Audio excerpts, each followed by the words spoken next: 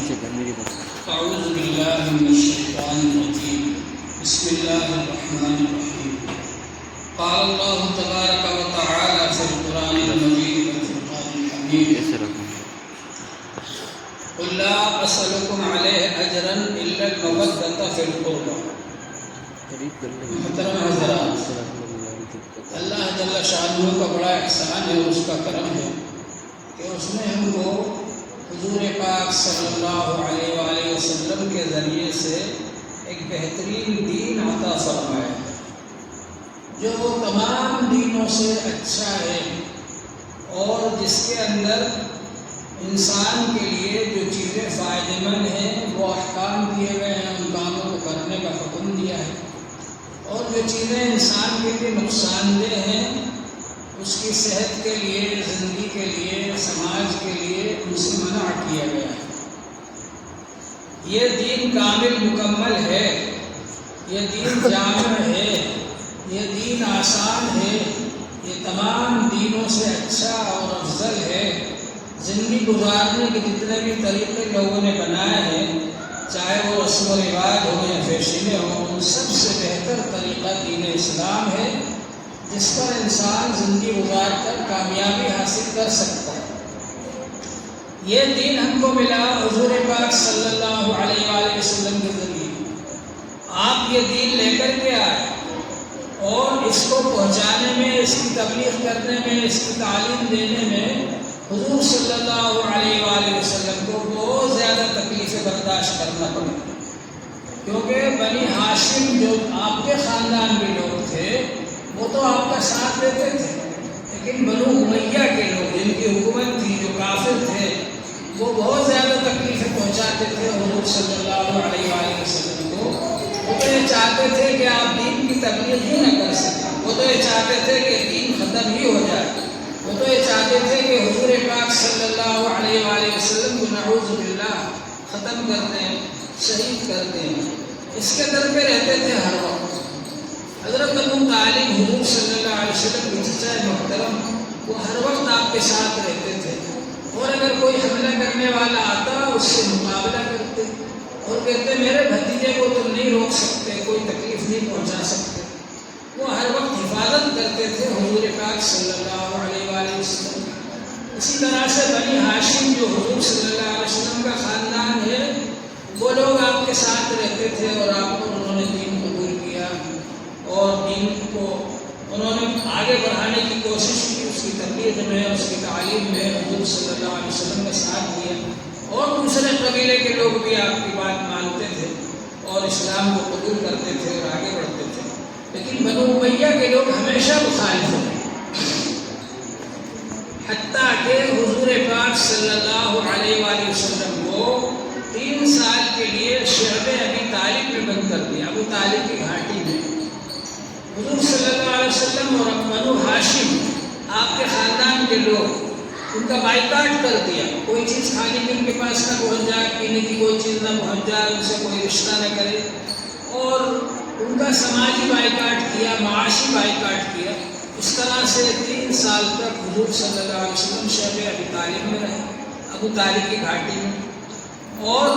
اس کے بعد جب ابو طالب کی کوششوں سے وہاں سے نکلے تو ابو طالب کا انتقال ہو گیا، وہ بہت بزرگ ہو چکے تھے، اور اس کے بعد پھر ان لوگوں کی ہمت ہو گئی کہ حضور صلی اللہ علیہ وسلم کے لیے اعلان کر دیا ہے کہ اب ان کو ختم ہی کرنا ہے۔ چنانچہ انہوں نے سوچا کہ اگر ایک قبیلے کا آدمی قتل کرے گا نعوذ باللہ تو بنو ہاشم کے لوگ اس سے بدلہ لیں گے، اس لیے ہر قبیلے کا ایک آدمی لے کر آئے، اور سب آدمی تلواریں لے کر حضور صلی اللہ علیہ وسلم کے گھر کے آس پاس کھڑے ہو گئے۔ اسی موقع پر اللہ تعالی نے حکم فرمایا کہ آپ یہاں سے چلے جائیں مدینہ شریف، اور حضور صلی اللہ علیہ وسلم نکلے مدینہ شریف جانے کے لیے، اور حضور صلی اللہ علیہ وسلم سورہ یاسین کی آیت پڑھ رہے تھے، وَجَعَلْنَا مِن بَيْنِ أَيْدِيهِمْ سَدًّا وَمِن خَلْفِهِمْ سَدًّا فَأَغْشَيْنَاهُمْ فَهُمْ لَا يُبْصِرُونَ، اور آپ نے مٹی اٹھا کر کے ان کے اوپر پھینکا، وہ لوگ اندھے ہو گئے، آپ کو نہیں دیکھ سکے، اور آپ ان کے سامنے سے نکل کر چلے گئے۔ حضرت علی رضی اللہ عنہ سے آپ نے کہا کہ میرے بستر پر سو جاؤ، یہ لوگ جو باہر کھڑے ہیں تلواریں لے کر، ان کی امانتیں میرے پاس رکھی ہیں، کل تم ان امانتوں کو بانٹ کر مدینہ شریف۔ آپ چلے گئے، مدینہ شریف چلے گئے، وہاں جانے کے بعد بھی ان لوگوں نے پیچھے نہیں چھوڑا۔ بنی امیہ والوں نے جنگ بدر کی، جنگ احد کی، ان سب جنگوں میں کمانڈر ابو سفیان بنے، کیونکہ وہ ان کے سردار تھے بنو امیہ کے۔ تو اس طرح سے ان لوگوں نے جنگیں کی وہاں جا کر۔ اب اس کے بعد اللہ تعالی نے اسلام کو غلبہ عطا فرما دیا۔ حضور پاک صلی اللہ علیہ وآلہ وسلم نے مکہ مکرمہ کو فتح کر لیا، تو اس موقع پر آپ نے عام اعلان فرما دیا معافی کا، تو سارے لوگ مسلمان ہو گئے۔ اب وہ جو کٹر دشمن تھے ان لوگوں نے یہ سوچا کہ اب تو بچنے کا کوئی راستہ نہیں ہے سوائے اس کے کہ مسلمان بن جائیں، لہذا وہ لوگ بھی مسلمان بن گئے۔ لیکن اس کے بعد میں جب کہ حضور پاک صلی اللہ علیہ وآلہ وسلم مدینہ شریف میں حکومت قائم کر چکے تھے، ان لوگوں نے یہ کوشش کی کہ کسی طرح سے یہ حکومت ختم ہو جائے۔ حضور صلی اللہ علیہ وسلم کے پیچھے پڑے رہے، سازشیں کرتے رہے، مخالفت کرتے رہے۔ انہوں نے اپنی سازشیں جاری رکھی، مخالفت کو جاری رکھا انہوں نے۔ حضور پاک صلی اللہ علیہ وسلم کی زندگی میں بھی بنو امیہ کے جو لوگ مسلمان ہو گئے تھے ظاہراً دکھانے کے لیے، وہ اکیلے میں آپ کا مذاق اڑاتے تھے، نقلیں اتارتے تھے اور سازشیں کرتے تھے۔ تو یہ سب ان لوگوں نے جاری رکھا، اور اس کے بعد حضور پاک صلی اللہ علیہ وسلم نے ان میں سے بعض کو اپنی زندگی میں سزا بھی دی اپنے۔ چنانچہ حکم نام کا ایک شخص تھا، وہ حضور صلی اللہ علیہ وسلم کا مذاق اڑاتا تھا۔ حضور صلی اللہ علیہ وسلم نے اس کو مدینہ منورہ سے نکال دیا تھا، وہ طائف میں جا کر کے رہا۔ ابوبکر رضی اللہ عنہ جب امیر بنے تو اس نے بہت کوشش کی کہ میں مدینہ آ جاؤں۔ حضرت ابوبکر رضی اللہ عنہ نے فرمایا اس کو حضور صلی اللہ علیہ وسلم نے نکال دیا، میں کیسے رکھ سکتا ہوں۔ حضرت عمر رضی اللہ عنہ جب امیر بنے اس نے پھر کوشش کی کہ وہ آ جائے، لیکن اس وقت بھی حضرت عمر رضی اللہ عنہ نے منع کر دیا اور فرمایا کہ اس کو حضور صلی اللہ علیہ وسلم نے نکال دیا، میں کیسے رکھ سکتا ہوں۔ لیکن حضرت عثمان رضی اللہ عنہ جب امیر المومنین بنے، خلیفۃ المسلمین بنے، تو وہ کیونکہ بنو امیہ میں سے ہی تھے، ان کی قربانیاں تھیں، وہ بھی جب مسلمان ہوئے بنو امیہ نے ان کو بہت مارا، بہت تکلیفیں پہنچائی کہ کسی طرح سے اسلام چھوڑ دیں اور پلٹ کر آ جائیں ہمارے دین پر، لیکن وہ قائم رہے، حضور صلی اللہ علیہ وسلم کے ساتھ رہے، ان کی قربانیاں تھیں۔ تو اللہ تبارک و تعالی نے ان کی قربانیوں کو قبول فرمایا، اور حضرت عمر رضی اللہ عنہ کے بعد سب نے مشورہ کر کے حضرت عثمان رضی اللہ تعالیٰ عنہ کو امیر المومنین بنا دیا۔ حضرت عثمان رضی اللہ عنہ بنو امیہ میں سے تھے۔ شروع کے 6 سال حضرت عثمان رضی اللہ عنہ کی حکومت بہت اچھی چلی، لیکن اس کے بعد میں وہ جو حکم وہاں رہتا تھا طائف میں، وہ حضرت عثمان رضی اللہ عنہ سے منت سماجت کر کے، چچا ہوتا تھا رشتے میں، تو وہ آ گیا مدینہ شریف، اور مدینہ شریف ہی نہیں آ گیا وہ، بلکہ اس نے اپنے لڑکے کو حضرت عثمان رضی اللہ عنہ کا سیکریٹری بنوا دیا۔ امیر المومنین جو کہ 60 لاکھ مربع میل پر اسلامی حکومت پھیلی ہوئی تھی، اتنی بڑی اسلامی حکومت، اور اس کے خلیفہ حضرت عثمان رضی اللہ عنہ، اس کا سیکریٹری بنوا دیا اس شخص کو جس کو کہ بھگا دیا گیا تھا، اس کے باپ کو بھی اور اسے بھی، وہ سیکریٹری بن گیا، بلکہ وہ حضرت عثمان رضی اللہ عنہ کا داماد بھی بن گیا۔ اور اس نے پھر بنو امیہ کے ایسے ایسے لوگ جو کہ نہ انہوں نے تعلیم حاصل کی، نہ تربیت حاصل کی، بلکہ ان کے خلاف بہت ساری باتیں ہیں قرآن پاک میں اور حدیث پاک میں موجود ہیں کہ انہوں نے کیا کیا کام کیے، ایسے ایسے لوگوں کو وہاں پر گورنر بنوا دیا گیا۔ کسی کو کوفے کا گورنر بنا دیا، کسی کو مصر کا گورنر بنا دیا۔ اس طرح سے جگہ جگہ بنو امیہ کے وہ لوگ جو کہ ہمیشہ مخالف رہے حضور پاک صلی اللہ علیہ وسلم کے اور اسلام کے، وہ لوگ ظاہراً مسلمان بن گئے فتح مکہ کے موقع پر، اور ایسے لوگوں کو بنا دیا گیا گورنر۔ اور انہوں نے وہاں گورنر بننے کے بعد میں کیا کیا کام کیے۔ کوفہ کا گورنر جس شخص کو بنایا گیا تھا،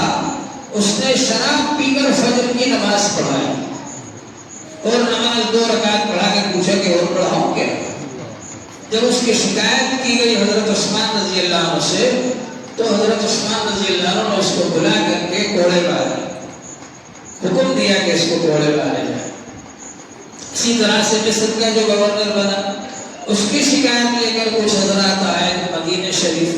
حضرت عثمان رضی اللہ عنہ نے اس کو خبر بھیجی کہ تمہاری شکایت آئی ہے، تم صحیح رہو، صحیح کام کرو۔ تو اس نے ان لوگوں کی بہت پٹائی کی جو شکایت لے کر گئے تھے، حتیٰ کہ ان میں سے ایک مر بھی گئے۔ اسی طرح کے یہ واقعات ہوئے۔ مصر کا جو گورنر تھا وہ شخص تھا جو کہ ایک بار مرتد بھی ہو چکا تھا، اور حضور پاک صلی اللہ علیہ وسلم نے اس کے بارے میں فتح مکہ کے موقع پر عام اعلان کر دیا، سب کو معاف کر دیا، لیکن اس کے بارے میں فرمایا تھا کہ اگر یہ حرم شریف میں بھی کعبے کے پردے سے لپٹا ہوا مل جائے تب بھی اس کو قتل کر دے، مگر وہ بچ گیا، اور اس کو عثمان رضی اللہ عنہ کے زمانے میں مصر کا گورنر بنا دیا گیا، جہاں سے سب سے زیادہ بغاوت ہوئی حضرت عثمان رضی اللہ عنہ کے خلاف۔ وہاں سے لوگ آئے اور چاروں طرف سے لوگ آئے، ان کے گورنروں کی وجہ سے حضرت عثمان رضی اللہ عنہ کے خلاف بغاوت ہوئی۔ اس بغاوت کو بھی حضرت علی رضی اللہ عنہ نے سلجھانے کی بہت کوشش کی، باغیوں کی بات حضرت عثمان تک پہنچائی، حضرت عثمان کو سمجھایا، انہوں نے بھی آ کر کے ان باغیوں کو سمجھایا، ان کے سامنے خطبہ دیا اور ان کی باتیں انہوں نے مان لی، اور اس طرح سے وہ معاملہ رفع دفع ہو گیا۔ لیکن مروان نے آ کر کے ایسی تقریر کی کہ ہم طاقت سے تم کو مار ڈالیں گے اور تم کی بات منوا لیں گے، جس کے نتیجے میں وہ باغی دوبارہ بھڑک گئے، اور نتیجہ یہ ہوا کہ بعد میں حضرت عثمان رضی اللہ عنہ کی شہادت کا واقعہ پیش آیا، اور حضرت عثمان رضی اللہ عنہ کی شہادت کے بعد حضرت عثمان کی بیوی حضرت نائلہ کہا کرتی تھی یہ مروان کو آپ نے بہت سر پہ چڑھا لیا، یہ آپ کو قتل کروا کر چھوڑے۔ حضرت عثمان رضی اللہ تعالیٰ عنہ کو شہید کر دیا گیا۔ اس کے بعد پھر سب لوگوں نے متفقہ طور پر حضرت علی رضی اللہ تعالیٰ عنہ کو خلیفہ بنایا۔ وہ نہیں چاہتے تھے امیر بننا، باغ میں چلے گئے تھے، لیکن پھر بڑے بڑے صحابہ ان کے پاس گئے اور ان کو سمجھایا کہ بڑا فتنہ پیدا ہو گیا ہے اور آپ کے علاوہ کوئی اور نظر میں نہیں جو کہ اس وقت امیر بننے کے لائق ہو، اس لیے آپ امارت کو قبول کر لیجیے، امیر بن جائیے۔ پھر وہ اس پر راضی ہو گئے، پھر ان کے ہاتھ پر سب نے بیعت کی، حضرت طلحہ رضی اللہ عنہ اور حضرت زبیر رضی اللہ عنہ اس میں پیش رہے ان کو امیر بنانے میں، اور اس طرح سے ان کے ہاتھ پر پھر سب لوگوں نے بیعت کر لی، حتیٰ کہ وہ باقی لوگ جو حضرت عثمان رضی اللہ عنہ کے خلاف بغاوت کرنے آئے تھے اور مدینہ ہی میں جمع ہوئے تھے اس وقت بھی، ان لوگوں نے بھی حضرت علی رضی اللہ عنہ کے ہاتھ پر بیعت کر لی۔ تو حضرت علی رضی اللہ عنہ متفقہ طور پر امیر المومنین بنے۔ حضرت علی رضی اللہ تعالیٰ عنہ خلفائے راشدین میں سے ہیں، جن کے بارے میں حضور پاک صلی اللہ علیہ وآلہ وسلم نے فرمایا علیکم بسنتی وسنت الخلفاء الراشدین المہدیین، تم پر لازم ہے تم میری سنتوں کا اتباع کرنا اور خلفاء راشدین جو ہدایت یافتہ ہیں ان کی سنتوں کے مطابق عمل کرنا۔ اللہ جل شانہ ہم سب کو عمل کی توفیق عطا فرمائے۔ انشاءاللہ